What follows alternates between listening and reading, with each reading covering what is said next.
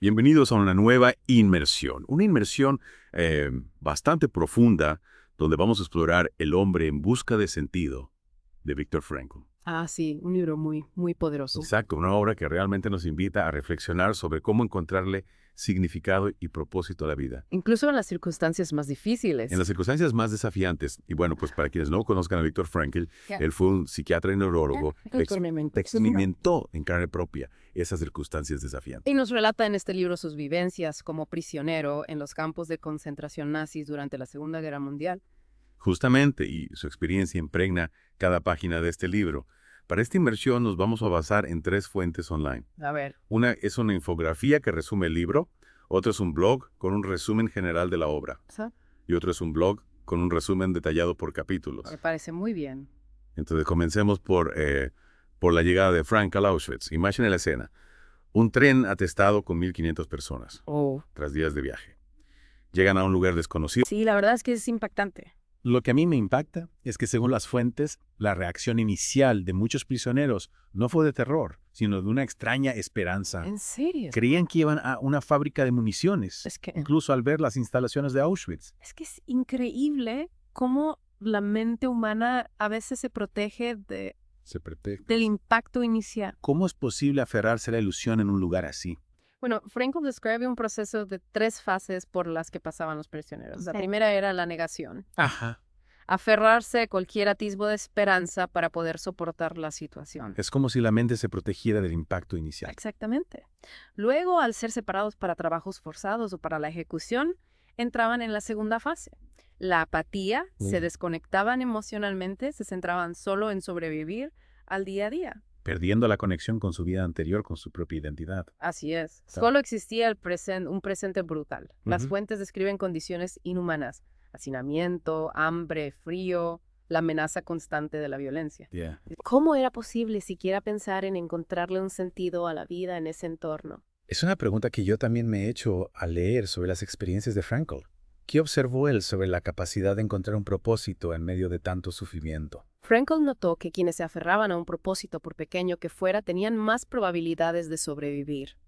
Algunos encontraban consuelo en el recuerdo de sus seres queridos imaginando un futuro reencuentro. ¿Podrías contarnos un poco más sobre eso? Me intriga la capacidad de amar en medio de tanto horror. El propio Frankl se aferró al recuerdo de su esposa sin saber si aún vivía. ¡Wow! Describía ese amor como una fuerza que trascendía las barreras físicas. Increíble. Y por increíble que parezca, algunos encontraban un respiro en el humor, aunque fuera un humor negro. Es sorprendente. Encontrar humor en una situación así me habla de la increíble resiliencia del espíritu humano. Totalmente. ¿Qué nos dice esto sobre la necesidad de aferrarse a la esperanza? Frankl creía que la capacidad de elegir nuestra actitud era fundamental incluso en la ausencia de libertad. Los prisioneros podían elegir cómo reaccionar ante su situación, aferrarse a sus valores morales. Mantener su dignidad como seres humanos a pesar del horror. Exactamente. Algunos elegían compartir su escaso pan con un compañero más débil. ¡Wow! Esa capacidad de elegir les daba un mínimo de control sobre sus vidas, un atisbo de libertad interior. Esa lucha por la libertad interior me parece un punto central en El hombre en busca de sentido. No la libertad física que les era negada, sino la libertad de elegir su actitud. Y es precisamente de esta experiencia que surge la logoterapia, la teoría que Frankl desarrolló. Ajá. Él creía que la principal motivación del ser humano es la búsqueda de sentido. Una búsqueda que podía darse incluso en las circunstancias más adversas. Encontrar un porqué para seguir viviendo incluso en un campo de concentración. Exactamente. Ese por qué podía variar. El amor a un ser querido, la fe, un proyecto inconcluso. Cualquier cosa que le diera valor a la existencia. En el libro, Frank habla de 3 vías para encontrar ese sentido: la creación, la experiencia de amor y la actitud ante el sufrimiento inevitable. ¿Podrías hablarnos un poco más sobre cada una de ellas? Claro. La creación se refiere a realizar una obra, un trabajo, algo que deje una huella en el mundo. Podría ser desde un proyecto artístico hasta la crianza de un hijo, cualquier cosa que implique aportar algo valioso. Es decir, contribuir al mundo con nuestro talento y esfuerzo. Exactamente. La segunda vía, la experiencia de amor, no se limita al amor romántico. Frankl habla del amor en un sentido más amplio. a la familia, a los amigos, a una causa, a la naturaleza, es la capacidad de conectar con algo que trasciende nuestro propio ego. Y la tercera vía, la actitud ante el sufrimiento, me parece el más desafiante. Sin duda. Frankl, a partir de su experiencia en los campos de concentración, aprendió que incluso en las situaciones más extremas, el ser humano tiene la libertad de elegir su actitud. Comprendo. No podemos controlar lo que nos sucede, pero sí cómo reaccionamos ante ello. Exactamente. Esa lección, según Frankl, es lo que nos permite encontrar sentido al sufrimiento. Ya. No se trata de negar el dolor, sino de buscarle un significado, una enseñanza. Esa idea de encontrar un significado del sufrimiento me parece central en la obra de Frankl. Lo es. Y para ilustrarlo en el libro, Frankl relata la historia de un hombre que buscaba consuelo tras la muerte de su esposa.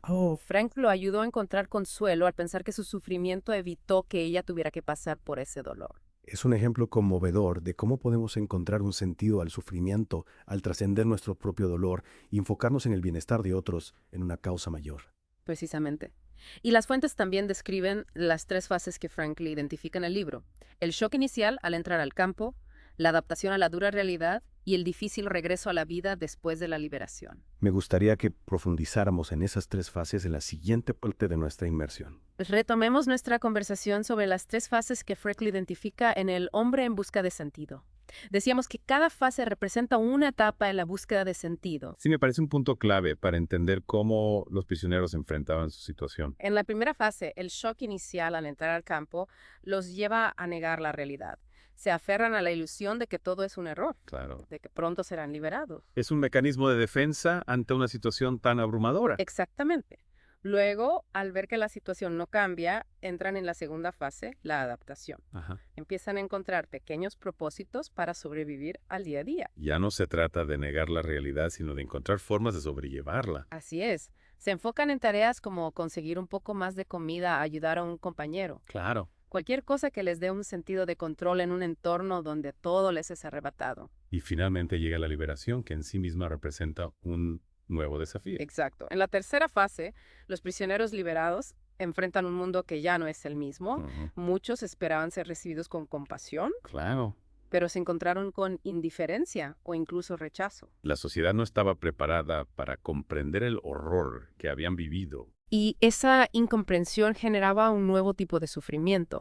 Muchos se sentían perdidos, desorientados, sin saber cómo encajar en un mundo que ya no reconocían. Es como si hubieran perdido una parte de sí mismos en el campo y al regresar tuvieran que reconstruir su identidad, su sentido de pertenencia. Y en ese proceso, la logoterapia juega un papel fundamental. Ajá. Frankl la usaba para ayudar a sus pacientes a encontrar un nuevo propósito, a redefinir su porqué en un mundo que ya no era el que dejaron atrás. Siendo él mismo un sobreviviente, Frankl entendía profundamente el dolor de esa pérdida Exacto. y la necesidad de encontrar un nuevo sentido. Y lo más importante, demostrando que la búsqueda de sentido no es un lujo, sino una necesidad vital que puede surgir incluso en las circunstancias más extremas. Recordaba la frase de Frankl: el hombre se autorrealiza en la medida en que se compromete con el cumplimiento del sentido de su vida. Una frase que resume la esencia de la logoterapia. Ahora bien, retomando la conversación sobre la logoterapia, creo que es importante destacar que no se trata de una terapia que da sentido a la vida. Claro, no es una receta mágica. Exacto. Lo que hace la logoterapia es guiar al individuo a descubrir su propio sentido, es el Ya. porqué único que lo impulsa a vivir. Y como vimos en las experiencias de los prisioneros, este sentido no es algo estático, sino que puede variar a lo largo de la vida. De hecho, en las fuentes se menciona que para Frankl cada momento de la vida presenta una oportunidad para encontrar un nuevo sentido. Es una idea muy poderosa. Sí. No se trata de encontrar un gran propósito que abarque toda nuestra existencia, sino de descubrir el valor de cada experiencia, de cada decisión que tomamos. Y en ese sentido, la logoterapia nos invita a ser responsables de nuestra propia búsqueda de sentido. Totalmente. Frankl habla de la voluntad de sentido como una fuerza innata en el ser humano. Todos tenemos esa necesidad de encontrar un para qué a nuestra existencia y es nuestra responsabilidad cultivarla, nutrirla. Algo que me llamó la atención en las fuentes es la técnica de la intención paradójica que Frankl utilizaba en la logoterapia. Ah, sí. ¿Puedes explicarnos un poco más sobre eso? Claro. La intención paradójica se basa en la idea de que a veces, al intentar evitar algo a toda costa, terminamos provocando precisamente lo que tememos. Ya. Por ejemplo, si alguien sufre de insomnio y se obsesiona con conciliar el sueño, esa misma obsesión le impide dormir. Como si la ansiedad se interpusiera en el camino. Exactamente. Entonces, la intención paradójica consiste en animar al paciente a hacer precisamente lo que teme, a desear que ocurra lo que quiere evitar. Suena contradictorio. Lo es, pero funciona porque rompe el círculo vicioso de la ansiedad. En el caso del insomnio, se le pide al paciente que intente mantenerse despierto al mayor tiempo posible. Al renunciar a la lucha por dormir, la tensión se disipa y el sueño llega de forma natural.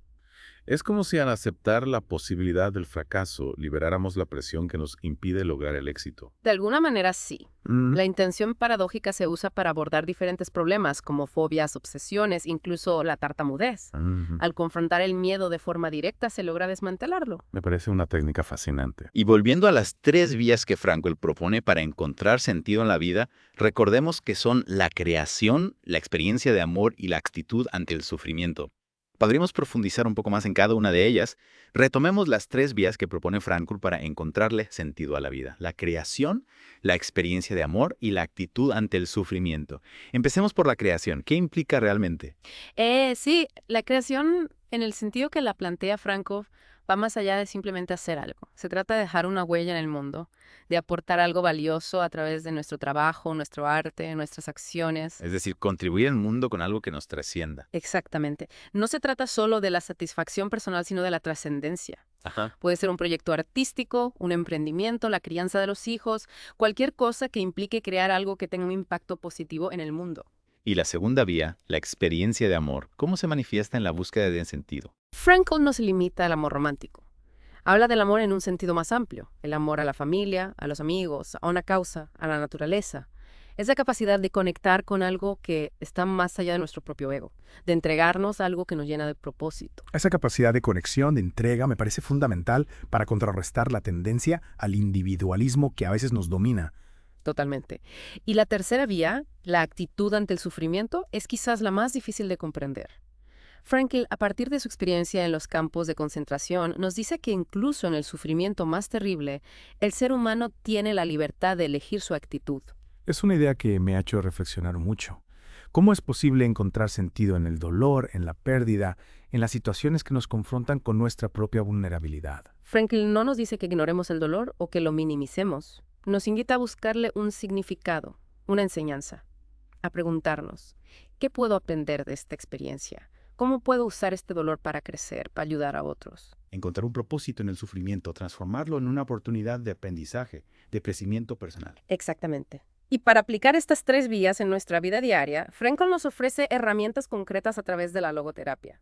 Una de ellas es la de reflexión, que consiste en desviar la atención de nosotros mismos hacia algo externo, hacia una tarea, una causa, un ser querido. Es decir, dejar de enfocarnos en nuestros problemas, en nuestras preocupaciones y dirigir nuestra energía hacia algo que nos trascienda. Precisamente.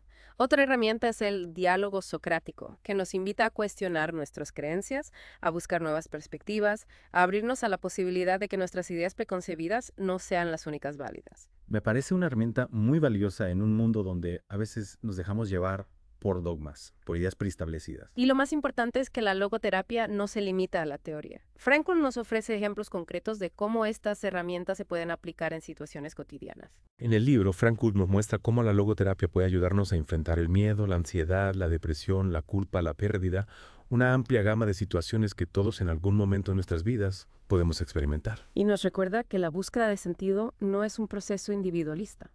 La conexión con los demás, la comunidad, el apoyo mutuo, son elementos esenciales para encontrar un propósito que nos llene, que nos dé una razón para seguir adelante. El hombre en busca de sentido nos ofrece un mensaje poderoso.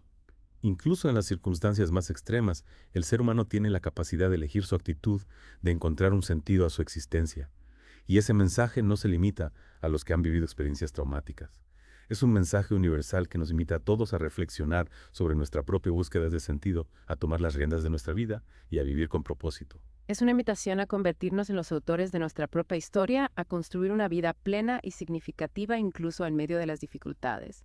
Esperamos que esta inmersión en la obra de Viktor Frankl haya sido tan enriquecedora para ustedes como lo fue para nosotros. Les invitamos a que continúen explorando las ideas de Frankl, que se adentren en el hombre en busca de sentido y descubran por ustedes mismos la profundidad de su mensaje. Y si desean profundizar aún más en esta obra, les recomendamos escuchar la versión en audiolibro, disponible de forma gratuita a través del enlace que encontrarán en la descripción de este podcast. Hasta la próxima.